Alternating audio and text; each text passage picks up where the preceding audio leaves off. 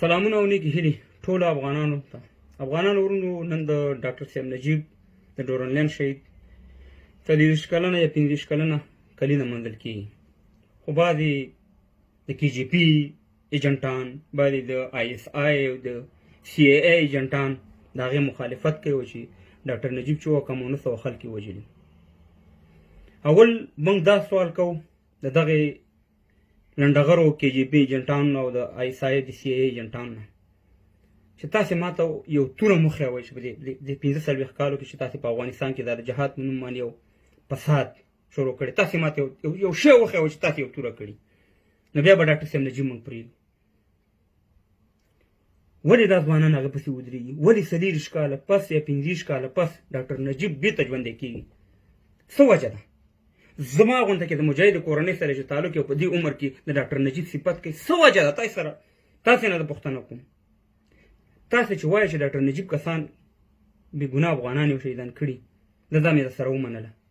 تا چې شهیدان کړي د هغې پوښتنه به تا نه څوک کوي، او د هغې بخښنه به ته کله غواړې، او د هغې اعتراف به ته کله کوې چې ما دا جرم کړی.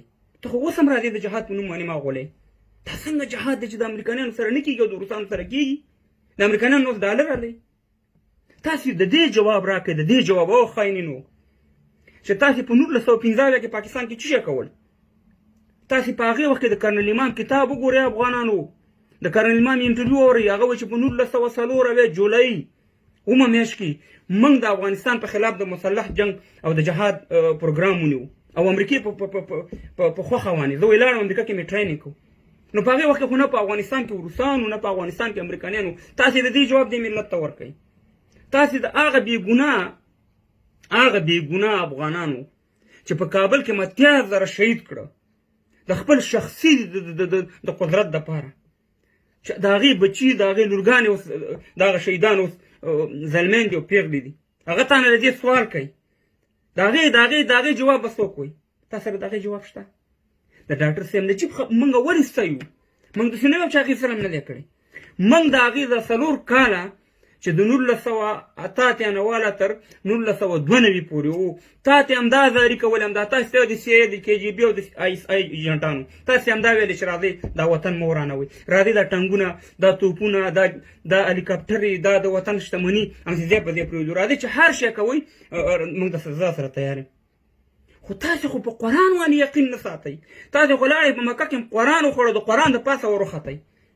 نو نجیب که تاسې خاص دی، هغه ملي اردو چې قهرمانه ملي اردو وه، د دې خپل وطن حفاظت یې کوه. تاسې له په سمرخیلو کې په 1480 کې ما غاښ ماتونکی جواب درکړو چې تاسې د ISI پنجابیان دلته راوستي وو او په جلال آباد باندې مې ځایونه شته. تاسې د کومې خبرې جواب لرئ؟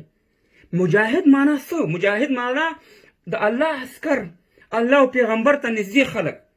آیا د الله پیغمبر او د الله ته نږدې خلک هغه بې ګناه اتیا زره افغانان په کابل کې وژني، شهیدانه؟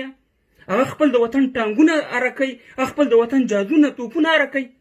ستاسې جهاد موږ لیدلی، جهاد چې چا کړی خلکو ته زموږ احترام دی د روسانو په خلاف. ستاسې جهاد موږ بیخي منو نه. تاسې په 15 کې جهاد شروع کړی د داود خان په خلاف. تاسې دې ملت ته د یوې خبرې جواب نه لرئ. ځکه ډاکټر نجیب زموږ ځوانان ایستوي، او زه تاسې ټولو ځوانانو ته وایم چې ښه پوسټونه یې وکړئ، ښه دغه یې وکړئ. خیر دی که نن یې در باندې غونډې معطل کړي او غونډې در باندې خرابې کړي، انشاءالله کال له به یې کوو. او هغه د هر یو افغان په زړه کې پرېوتی دی ډاکټر نجیب. ځکه د هغه 4 کاله چې وو، هغه د وطن د بچ کولو او تاسې د وطن د ورانولو چې وطن هم وران کړو. ستاسې قسم په خدای دی چې داسې قماندانان ما ته معلوم دي چې بېادبي د ډېره مافي چې لوڅې ډمې ځان له په کوټه کې ګډولې. ډمې خو همداسې په میدان کې ګډېږي، دي لوڅې ګډولې، هر څه یې ایستلي وو. د خدای په لحاظ باندې په دې جهاد په نوم باندې موږ نور مه غولوئ. بد ښکاري چې دلته راځئ په دې ټیویانو باندې انټرویوانې ورکوئ. تاسې به معافي کله غواړئ د دې ولس نه؟ تاسې عجیبه غونډه کې دغه دی چې د امریکایانو پیسې خورمه، د امریکایانو په خلاف جهاد نشته او د روسانو په خلاف باندې جهاد دی چې دواړه کافر دي. دا کوم منطق، دا کوم دلیل دی؟ موږ بې خولۍ تاسې نه پرېښودو. خپل بچیان مسلوس ګرځي په خارج کې، نه ټرپونو ته دي ورو ډانسونه کوي، ماډینګ کوي، ورو دومره نیکرې اغوستي.